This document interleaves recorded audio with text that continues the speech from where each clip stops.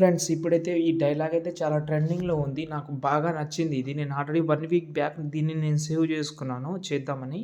ఇప్పుడు చేస్తున్నాను. చాలా బాగుంటది. ఒకసారి చూడండి. నచ్చితే చేసుకోండి 1 క్లిక్‌లో. దెబ్బ తగిలినోడు మర్చిపోడు, కొట్టి మనం మర్చిపోతాం. దెబ్బ తగిలినోడు గుర్తు పెట్టుకున్నాడు అనుకో, తిరిగి చెల్లిస్తాడు. నేనైతే మిత్తి కూడా కలుపుతాడు.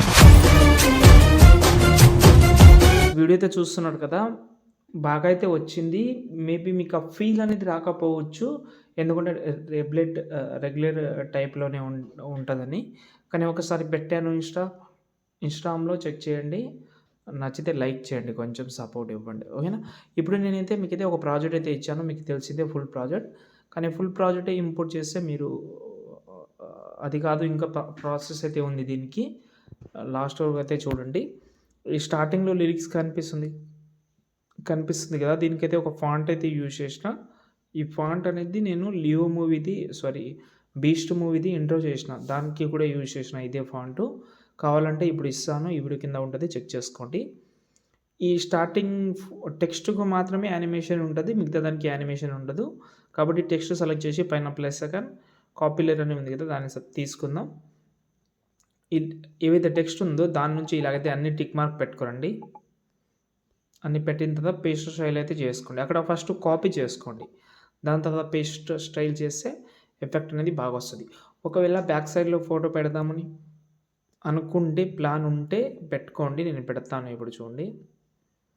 ఏదైనా ఒక ఫోటో పెడదాం. కొంచెం అట్రాక్టివ్ ఫీలింగ్ వచ్చేలాగా నేను యాడ్ చేస్తాను చూడండి ఒక నిమిషం. ఓకే. ఈ ఫోటో యాడ్ చేస్తున్నాను.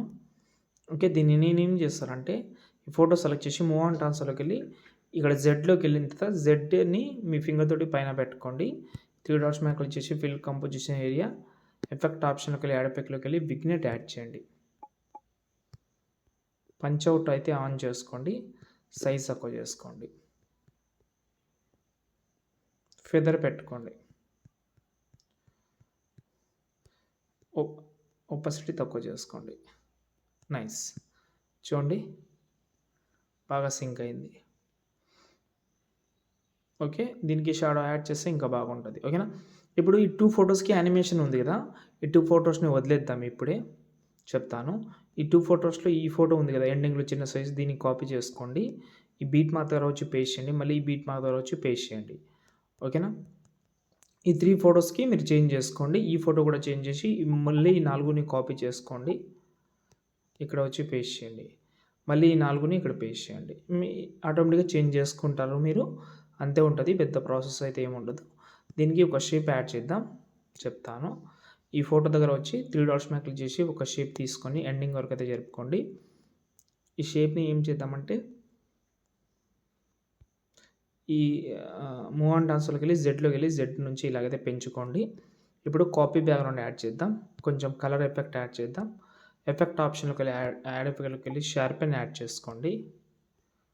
ఓకే. షార్పెన్ అయితే ఈ స్టార్టింగ్‌లో ఉంది కదా! దాన్ని తగ్గిద్దాం. 0.1112 చేసుకోండి చాలు. దాని తర్వాత ఎఫెక్ట్ ఆప్షన్‌లోకెళ్ళి ఇక్కడ మనకు కలర్ అండ్ లైటింగ్‌లోకెళ్ళి సాచురేషన్ యాడ్ చేసుకోండి. మీ వీడియో రెడీ అయిపోయింది. బాగొచ్చింది. ఈ వీడియోని సేవ్ చేసుకోండి. జై హింద్.